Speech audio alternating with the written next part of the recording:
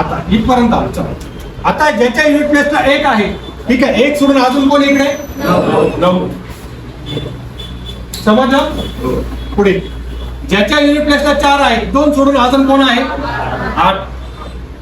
ज्याच्या युनिट प्लेसला 9 आहे, म्हणजे एकक स्थानाला 9 आहे, असं 3 सोडून अजून कोण आहे 7 आहे. ठीक आहे. ज्याच्या एकक स्थानी किंवा युनिट प्लेसला 6 आहे, 4 सोडून असा कोण आहे किती आहे 6. आलं लक्षात?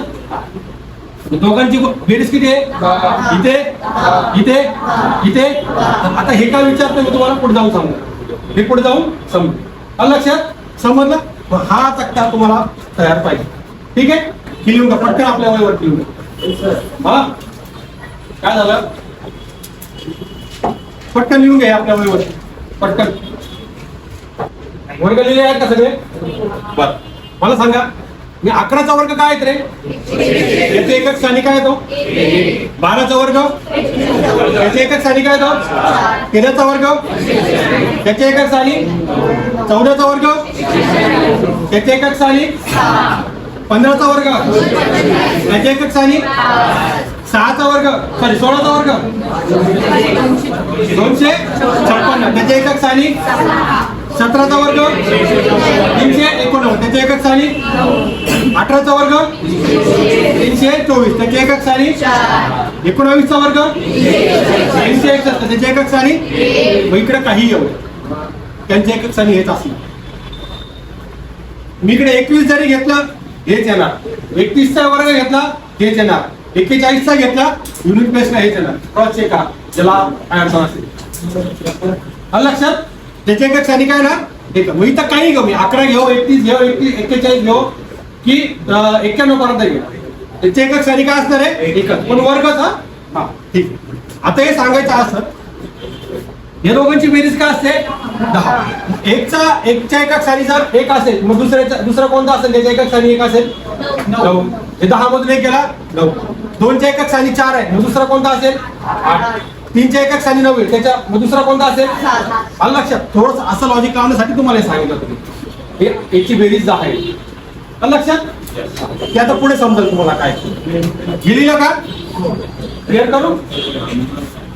आता उदाहरण घेतो डायरेक्ट. आता हे उदाहरण घेतो. आता मला एक सांगा, तुम्ही म्हणत सर एवढं कुठे का बरं हे विचारत नाही काय नाही, का कुठे सांगतात तुम्ही वर्ग काढले 2 अंकांचे 3 अंकांचे वर्ग काढले. हे जेव्हा तुम्ही कर्ण वर्ग वगैरे भूमिती वगैरे शिकता ना, क्षेत्रफळ त्रिकोणाचे चौकोनाचे क्षेत्रफळ वगैरे, तेव्हा हे सगळं उपयोगी पडतं. तेव्हा तुम्हाला वर्ग काढायला लागतो ना, हे त्रिकोणाचं काम येतं. आलं लक्षात? हे असं उगाच तुम्हाला फुकट शिकवत नाही, हे कुठं ना कुठं तुम्हाला उपयोगी पडणार. म्हणून याच्या प्रॅक्टिस मध्ये राहा, प्रॅक्टिस करत राहा, शेवटपर्यंत येईल. चला पहिलं उदाहरण घेऊया. चला 44 89 आपल्याला वर्गमूळ काढायचा. लिहू नका, निवांत बसा, सगळं सांगतो.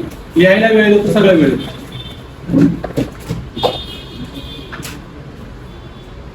44 4489 याचं काय करायचं आपल्याला, म्हणजे याचा वर्ग काढायचा की ही संख्या जी आहे हे वर्गमूळ आहे, तर नक्की कोणत्या संख्येचा आपल्याला काढायचं.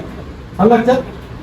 बरं, तत्पूर्वी मला थोडं सांगा, हे साईन म्हणजे याला काय आपण स्क्वेअर किंवा वर्गमूळ. इथं जर असं लिहिलं तर याला घनमूळ किंवा क्यूब रूट म्हणतात. इथं जर एन लिहिलं तर एन रूट. ठीक आहे, एन किंवा एन व जे काय असेल म्हणजे इथं जी संख्या येईल इथं त्याचं तेवढं हे काढायचं असतं, मूळ काढायचं असतं. आलं लक्षात? ते पुढे समजेलच आपल्याला. आता 44 89 याचा आपल्याला काय काढायचंय वर्ग काढायचं, वर्गमूळ काढायचं. मला सांग याचा युनिट प्लेस एकक स्थानी कोणती संख्या आहे 9. याला आपण बॉक्स करूया. काय आहे 9 आहे. आता मला एक सांगा, 9 हा अंक जो आहे कोणाच्या एकक स्थानी येतो? 1 आणि सॉरी 3 आणि 7. मी एकच निवडले 3 आणि 7 यांचं एकक स्थानी काही बघा ना, तुम्ही लिहिलात का आता 3 आणि 7 यांच्या वर्गांच्या एकक स्थानी काय येतो 3चा वर्ग काय 7चा वर्ग 49चा 9. समजलं इथपर्यंत? समजलंय का? चला काय कर